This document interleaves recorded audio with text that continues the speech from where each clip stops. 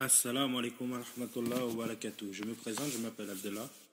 Et aujourd'hui, donc, je voudrais faire un point sur la terreur. Qui l'a exactement? Savoir qui a vraiment la terreur, qui fait la terreur depuis le début de la création de la Terre. Donc le point B, donc ce sera qui déclare la guerre finalement, hein. Le point C, la colère donc de Dieu par rapport aux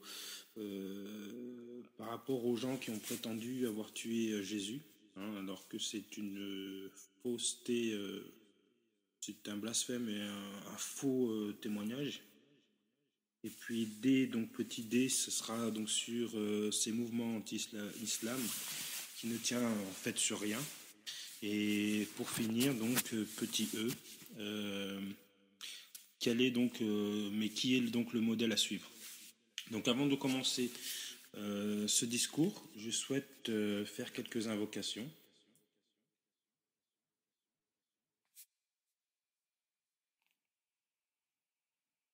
Il n'y a point de divinité à part Dieu, l'indulgent, le très noble. Gloire à Dieu, le Seigneur du trône sublime. Gloire à Dieu, le Seigneur des univers. Ô Dieu, je te demande de m'accorder ce qui me donne droit à ta miséricorde et à ton pardon. Je te demande de m'accorder une part de toute bonne action et de me préserver de tout péché. Ô toi qui es le plus miséricordieux des miséricordieux, ne laisse pas de péché commis de ma part sans me le pardonner, ni de soucis dont je souffre sans l'écarter, ni de demande que tu agrées sans me donner satisfaction. Amen.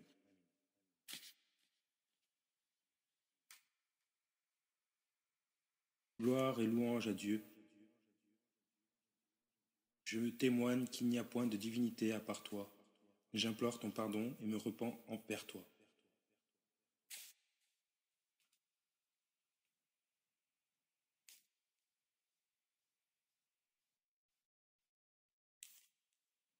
Donc, pour revenir au point, si vous voulez, la terreur. Donc, vraiment, il faut savoir que la terreur, c'est Dieu qui l'a décrété dans sa sagesse, hein, au début de la création, par rapport à ce qui s'est passé au moment de la création de Adam, paix et bénédiction de Dieu sur lui, et au moment où il a demandé donc à tous les anges de se prosterner, sauf un qui faisait partie des djinns, hein, donc je ne citerai pas son nom, ça ne vaut aucune peine.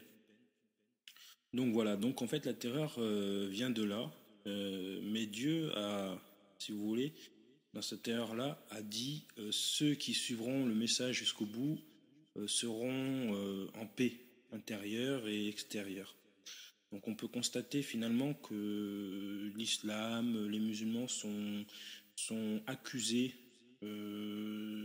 par des personnes qui n'ont aucune science, qui n'ont aucun savoir au niveau théologie, qui sont accusés d'être des terroristes, hein. Mais on ne se pose pas la question que en fait le terrorisme ça a été fondé sur de la politique, non pas de la théologie. Donc en fait tout ce qui est terroriste à l'heure actuelle c'est des pensées, c'est des revanches et des défenses politiques. Voilà, politiques. Pourquoi? Parce que aujourd'hui les musulmans s'ils se battent c'est pour le bien-être de tout le monde, faut le savoir, hein, que c'est pour aussi punir ceux qui ne respectent pas l'individu, hein, individuel. Donc voilà. Après, c'est vrai que l'islam condamne le terrorisme dans le sens, ce qui est normal, hein, l'islam va dans la promotion plutôt du bien et va dans la correction ou va plutôt dans la comment dire, dans la punition du mal. Donc de ce point de vue-là, on est bien d'accord. Donc finalement, quand on se pose la question qui vraiment déclare la guerre, finalement, c'est ceux qui ne croient pas en Dieu ou ceux qui ont des convictions qui sont fausses. Parce que pourquoi elles sont fausses? Parce que Dieu dit ceux qui suivront le message jusqu'à la fin des temps. Donc finalement, la fin des temps, il y a des médias qui en font une publicité en disant que c'est la fin du monde, c'est la destruction totale, tout ça. Bon, la fin des temps, ça a plusieurs sens à ma vue. La fin du monde, c'est la fin, par exemple, du mauvais monde, c'est-à-dire la fin de l'erreur aussi, dans la correction et dans le parfait, on va dire, entre guillemets, dans la direction du parfait. Et la direction du parfait, le parfait, c'est un attribut de Dieu. Donc voilà, donc il y a beaucoup de personnes qui disent oui, mais ton Dieu n'est pas le même Dieu que moi. Mais finalement, ces personnes-là n'ont aucune science, n'ont aucun savoir théologique. Et on voit aussi que ceux qui déclarent vraiment la guerre, c'est pas les croyants ni les croyantes, mais c'est justement les infidèles, ceux qui sont dans la désobéissance à Dieu. Parce qu'en eux, ils ont une révolte, parce qu'en eux, ils n'ont aucun pardon, ils n'ont aucun rahma, aucune miséricorde envers eux.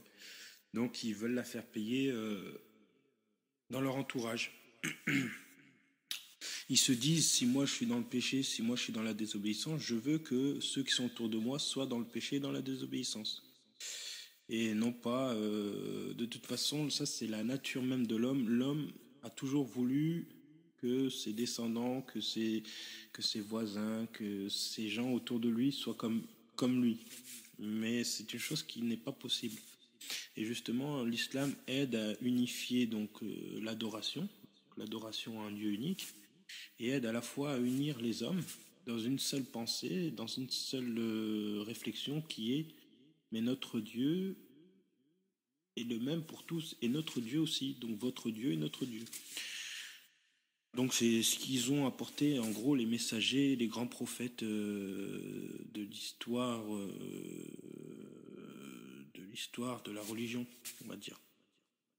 Moïse, paix et bénédiction de sur lui, a ramené ça au peuple d'Israël en disant voilà que lui il était le messager de Dieu et qu'après lui il allait avoir des successeurs pour continuer le message, parce que bon, il faut savoir que le message aura duré autant de temps que finalement que la vie. Et en fait, le Coran, l'islam, c'est simplement une continuité et une conclusion finalement de tout ce qui a été envoyé sur terre par Dieu et par donc la cause des messagers issus de nous. Donc pour revenir à la question, qui déclare finalement la guerre? Ben, ceux qui déclarent la guerre finalement, c'est ceux qui déclarent la guerre à la vie. Donc on sait que Dieu donne la vie et la mort, mais aussi on sait que Dieu, à la base, aime la vie, a donné la vie dans sa création, a donné le mouvement, a donné le temps, a donné la vie. Donc finalement, les gens qui déclarent la guerre, c'est ceux qui ont déclaré aussi la guerre au tout miséricordieux. Parce que dans la guerre, il n'y a pas de pardon, il n'y a pas de... Voilà, donc en fait, c'est finalement une guerre qui se bat contre, comme ça a toujours existé, contre les croyants. Voilà. Et comme on peut savoir, c'est que c'est très récent que l'islam s'est propagé, s'est multiplié, s'est agrandi, si vous voulez, en Europe ou dans l'Occident. Mais ça, ce n'est pas une œuvre de l'homme, parce que l'homme n'est pas capable de grand-chose finalement. Il est créé faible, comme Dieu dit, j'ai créé l'homme faible. Donc tout ça, c'est une histoire divine. Tout ça, ça vient du divin, ça vient de Dieu. Donc que des gens peuvent l'expliquer ou que des gens ne peuvent pas l'expliquer, ça reste toujours conflictuel, ça reste toujours incompréhensible, surtout par la majorité des hommes et des femmes qui n'ont jamais été éduqués dans la science, qui n'ont jamais été éduqués dans la religion. Donc voilà.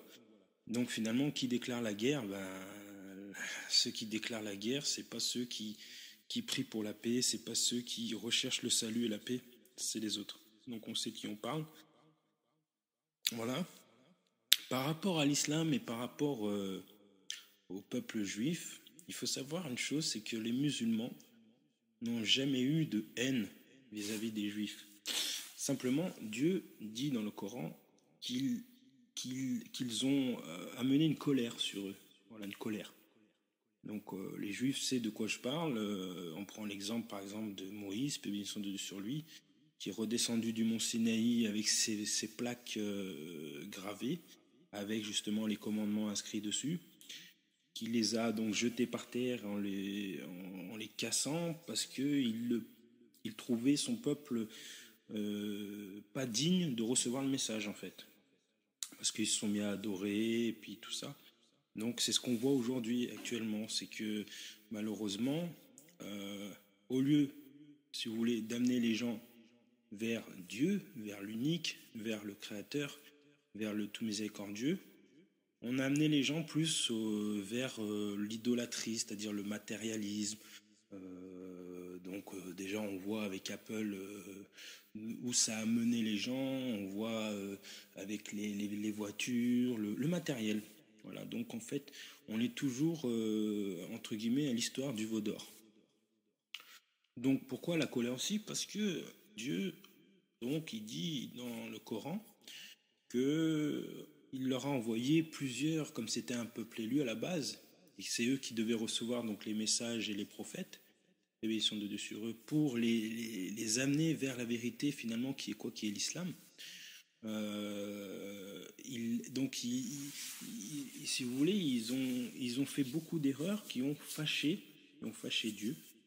Mais il faut savoir que Dieu, il a dit qu'il avait mis sa miséricorde au-dessus de sa colère. Donc, c'est-à-dire qu'un jour ou l'autre, il y aura un pardon qui régnera sur la terre. Mais pour l'instant, il faut des conséquences, il faut que des personnes prennent conscience, ouvrent les yeux, subissent. Comme on dit, malheureusement, l'homme, pour qu'il réagisse, il faut qu'il subisse. Donc en fait, on est dans ces temps-là. Et la bonne nouvelle, finalement, c'est que Dieu, il veut nous sauver tous. Il veut tous nous sauver, mais avec notre envie à nous. Qu'est-ce qu'on veut, nous? On veut se sauver ou on ne veut pas se sauver? Donc voilà. Donc Dieu nous laisse le choix de vouloir nous sauver, de vouloir obtenir le salut, de vouloir ou de nous vouloir sacrifier, mais pas pour Dieu. Donc la colère, donc pourquoi? Parce que les Juifs, par exemple, disent oui, mais les Arabes, on fait toujours un amalgame entre les Arabes et les musulmans. Il faut savoir que les musulmans, il y a des Israélites aujourd'hui qui sont musulmans et qui le proclament. Donc voilà, donc il faut vraiment remettre les choses à leur place. Et ça, c'est le but de l'islam, c'est de remettre les choses à leur place. Le mauvais avec le mauvais, le bon avec le bon. Voilà. Jésus, fils de Marie, paix bénédiction de Dieu sur lui, le prophète de Dieu et le messager de Dieu, très rapproché de lui, très aimé, mais il a sa place. Il n'a pas la place de fils comme les chrétiens ont exagéré dans leurs paroles.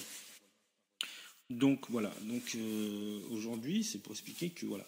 Donc par rapport au peuple juif, donc de Moïse, Moussa, paix bénédiction de Dieu sur lui, à David, paix bénédiction de Dieu sur lui, et à Salomon, paix bénédiction de Dieu sur lui, et j'en passe, ils sont de très grands prophètes, eux étaient à la base soumis à Dieu, soumis à un créateur. Donc si littéralement on prend la soumission, c'est l'islam. Littéralement parlant, l'islam, si on le traduit littéralement, ça veut dire soumission.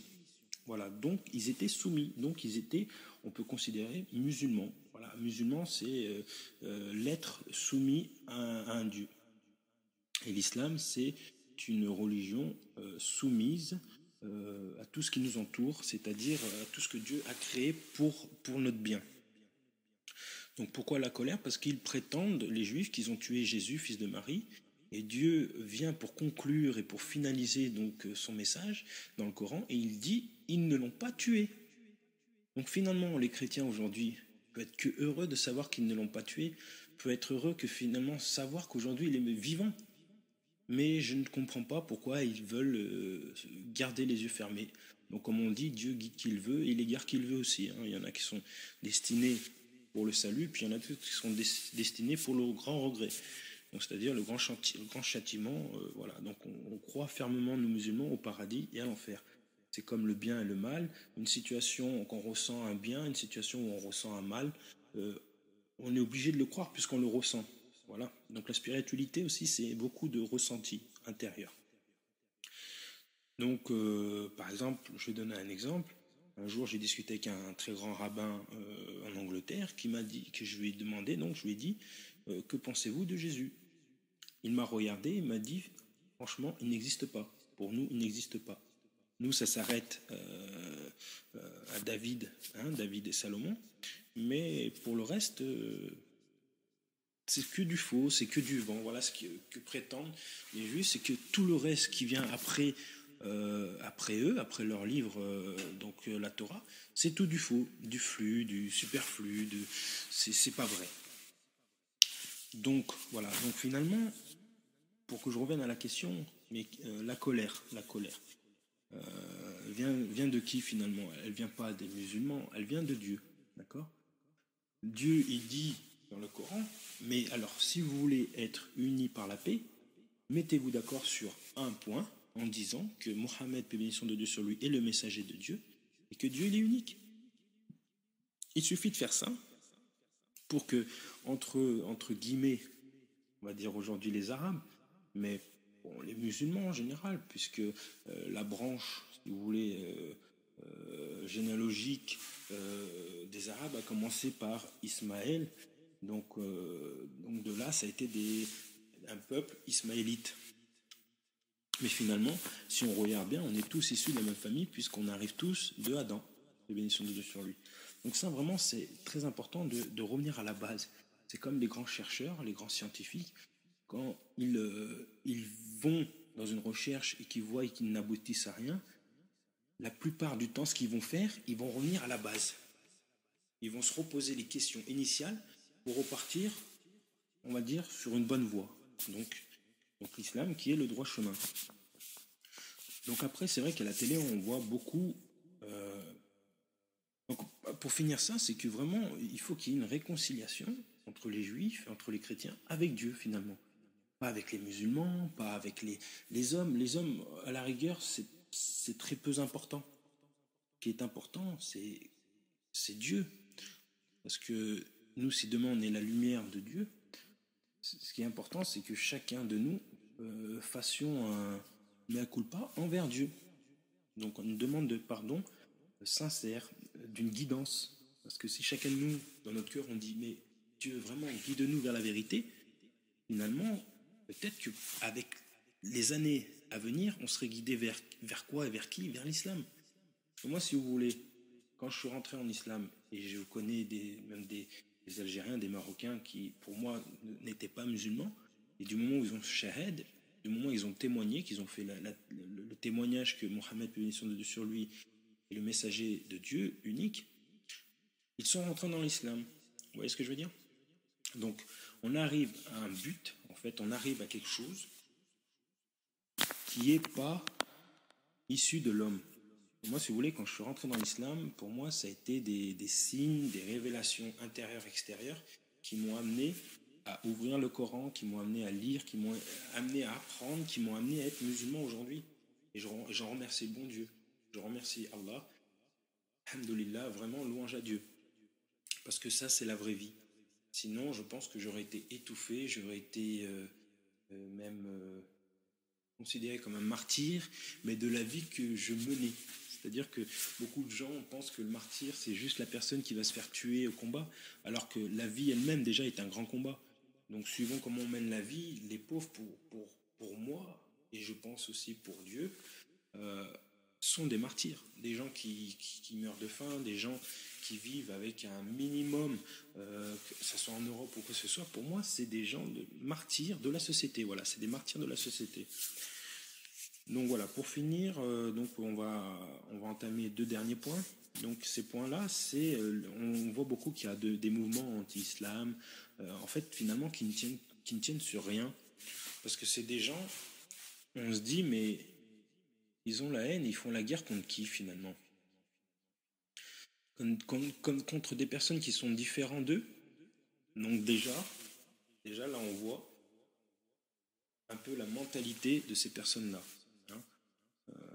même les animaux, entre guillemets, vivent dans un milieu sauvage et savent vivre en communauté mieux que nous. Et eux sont entièrement soumis à Dieu.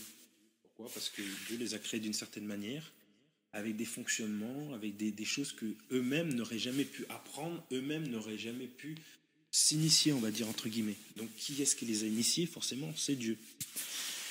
Donc les mouvements anti-islam, moi, personnellement, quand je vois ces personnes, ça me fait rire. Quand je vois une personne de Suisse qui fait des chants pour comment dire, embellir les œuvres d'autres hommes, hein.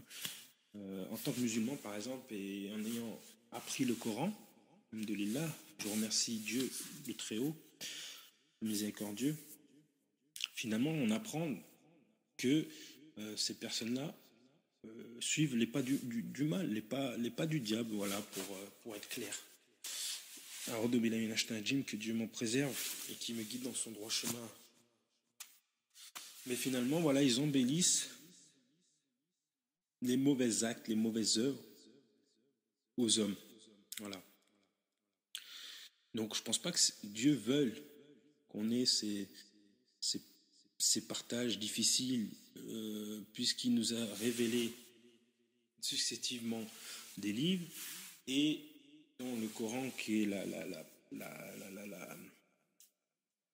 le prolongement, si vous voulez, la conclusion définitive, c'est-à-dire qu'elle est, si vous voulez, la parole de Dieu est protégée aujourd'hui. Dieu le dit dans le Coran que ce livre-là sera protégé jusqu'à l'extinction, si vous voulez, de l'espèce humaine. Donc, Dieu seul sait, je ne sais pas si on en arrivera là, Dieu seul sait ce qui nous arrivera, mais de toute manière, on sera... c'est comme un scientifique, un philosophe qui disait « toute matière ne disparaît pas, se transforme ». Donc finalement, qu'est-ce qu'on veut? On veut se transformer en lumière ou on veut se transformer en feu?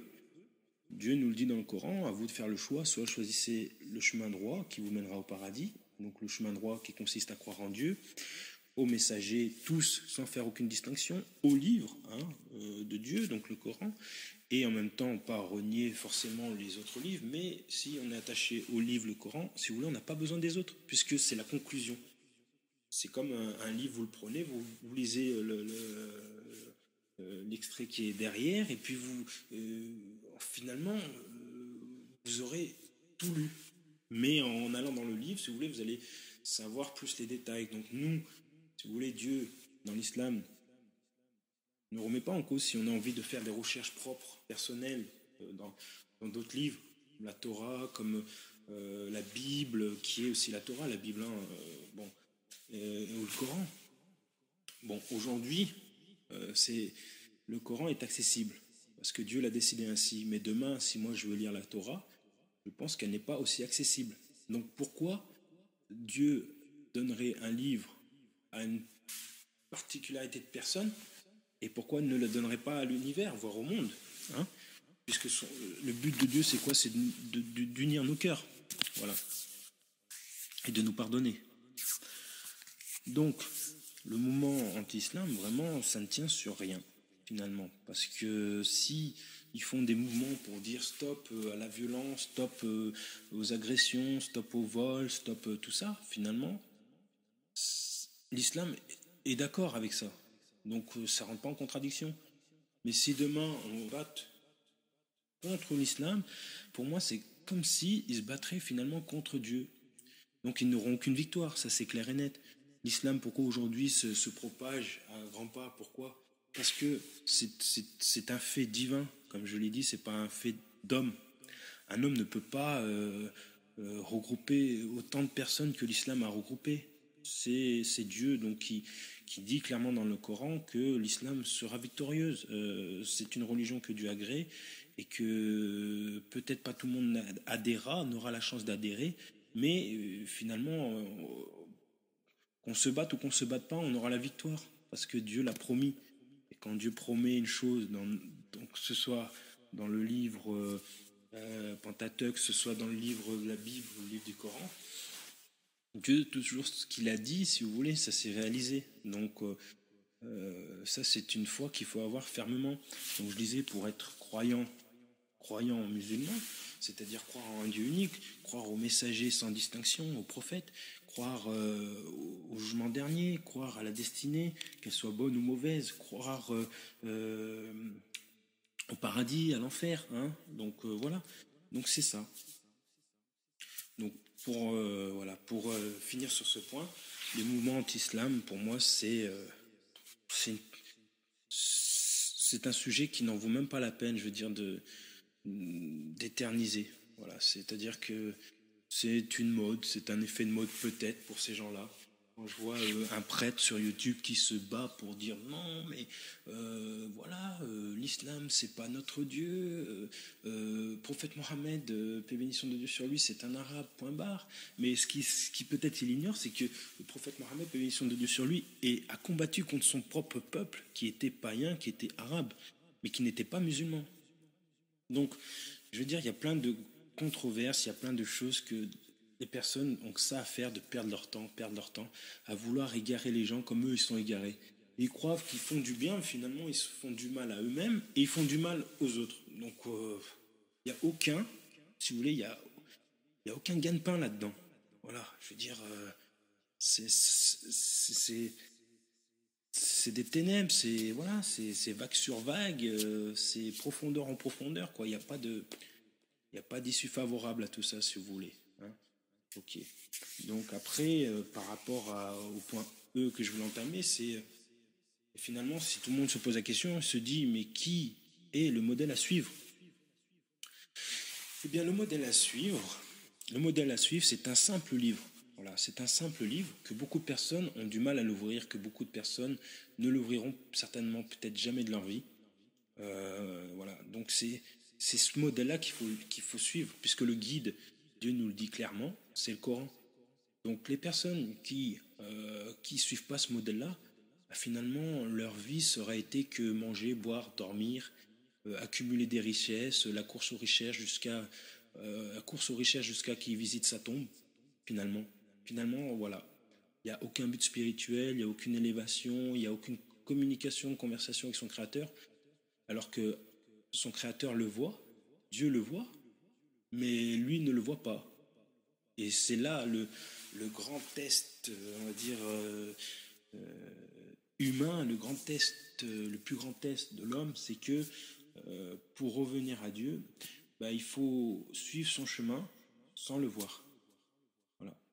Et ça, c'est très difficile pour des personnes qui se disent, c'est comme un homme, comme il a été créé faible, il faut toujours qu'il suive d'un point A à un point B.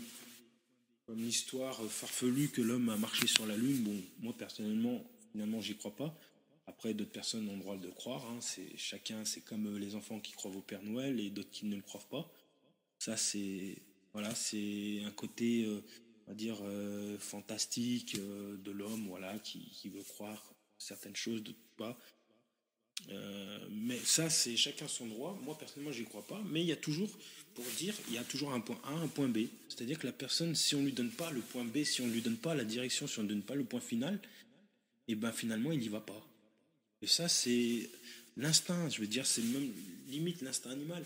C'est-à-dire le lion ou le guépard ou la panthère ou quand il va aller voir, quand il va aller se promener et qu'il a faim, et il va pas sauter dans l'air comme ça pour dire je vais trouver à manger. Non, il va trouver une proie, il va foncer et puis il va la prendre. Hein, pour après, le but, c'est quoi? Ben, qu'il se rassasie. Donc voilà, donc en fait, finalement, le but, c'est ça, c'est le grand test. C'est-à-dire, le grand test. Finalement, les gens vont dire oui, mais demain, si je rentre en islam, je vais renier Jésus. Ben, ce qu'il faut qu'il sache, paix et bénédiction de Dieu sur lui, donc Jésus, ce qu'il faut qu'il sache, c'est que donc cet homme-là qui pense ça, c'est que finalement, il n'est pas prêt à suivre le message de Dieu jusqu'au bout. Soit parce qu'il y a ses parents qui l'arrêtent, soit parce qu'il y a son gouvernement, sa société qui le freine. Mais finalement, l'issue à tout ça, c'est le bonheur de chacun, finalement. Je ne dis pas que dans l'islam, oui, il y a des petites corrections à faire. Hein, des petites corrections. Mais concernant les filles qui veulent garder leur pudeur, hein, c'est pas un péché de vouloir garder sa pudeur, c'est pas dramatique, c'est pas blâmable en soi.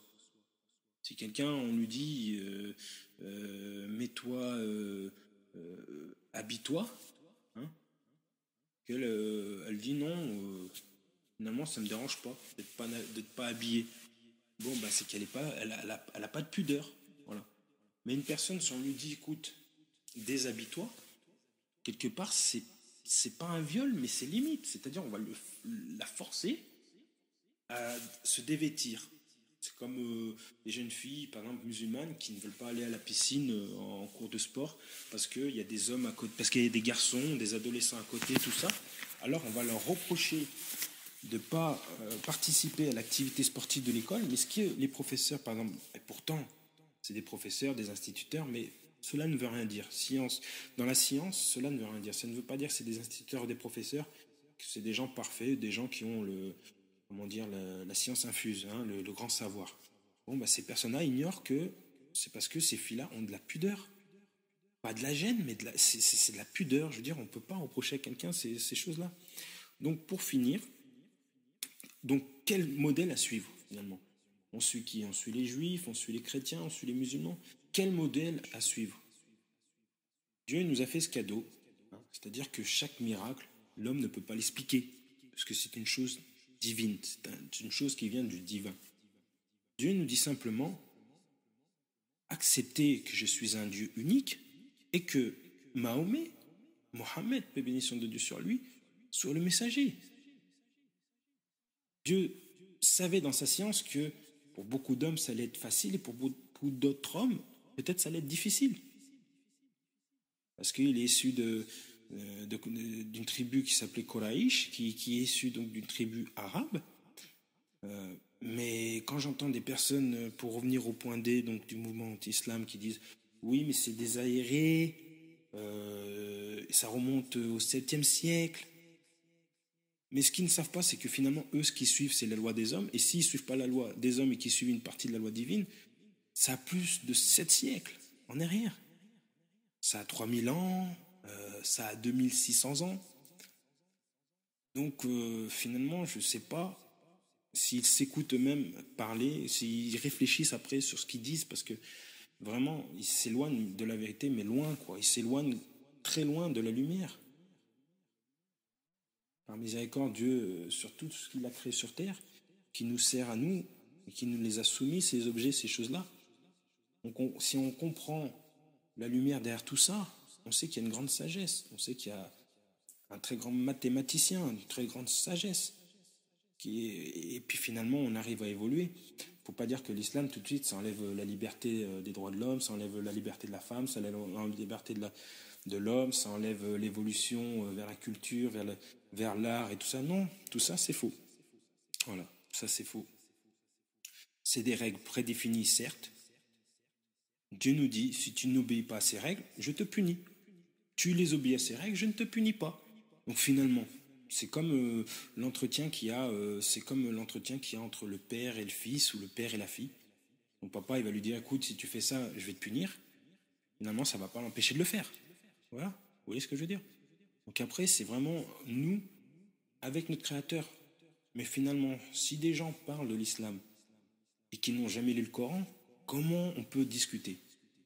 C'est comme moi, demain, si je m'aventurais à parler du judaïsme, qui est une très belle religion, hein, que Dieu a mis sur terre, parce que Dieu a dit, au jour du jugement dernier, il rapprochera tous les hommes vers leur livre.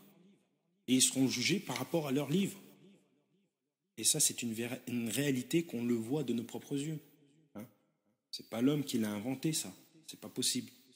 Donc il faut savoir une chose, c'est que, donc pour revenir à ça, c'est que si moi je dois parler du judaïsme demain, il va falloir d'abord que j'aille étudier la Torah avec des grands rabbins, avec des scientifiques, des scientistes, pour pouvoir en discuter. Aujourd'hui, je parle de l'islam parce que, grâce à Dieu, je l'ai appris. Je sais de quoi je parle.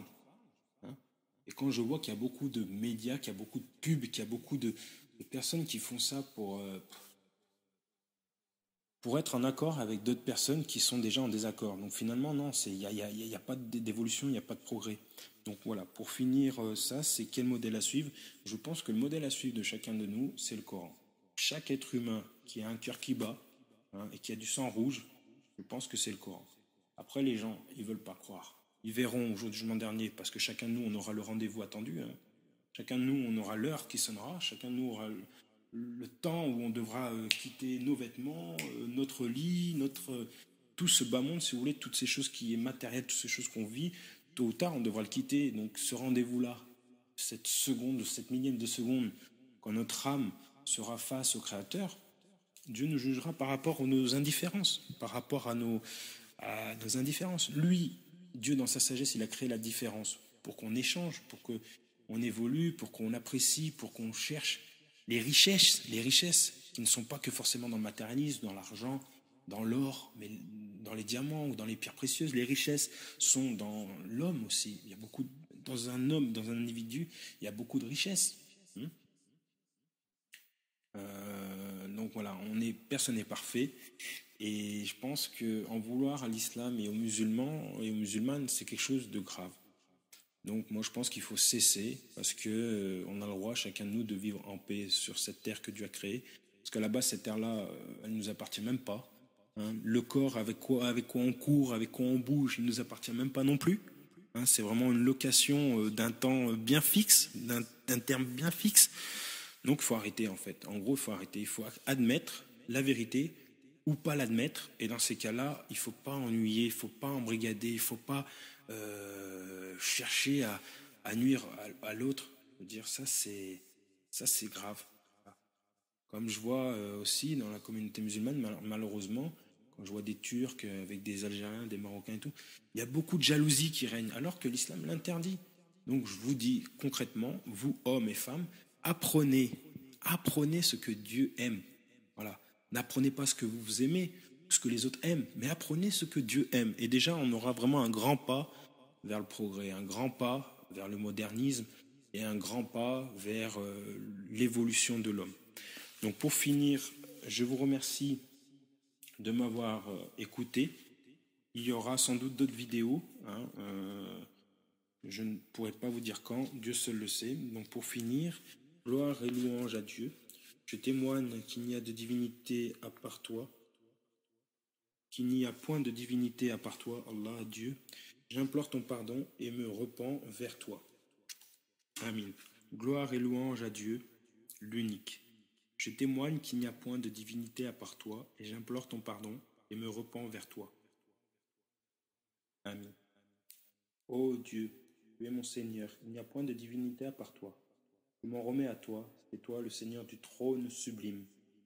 Il n'y a ni puissance ni force que grâce à Dieu. Je suis convaincu que Dieu est omnipotent et omniscient. Ô Dieu, je me réfugie auprès de toi contre le mal causé par ma propre personne, contre le mal causé par tout être vivant dont tu détiens le destin. Amin. Certes, mon Seigneur, sur le droit chemin. Barakallahu fik, assalamu alaikum wa rahmatullahi wa barakatuh.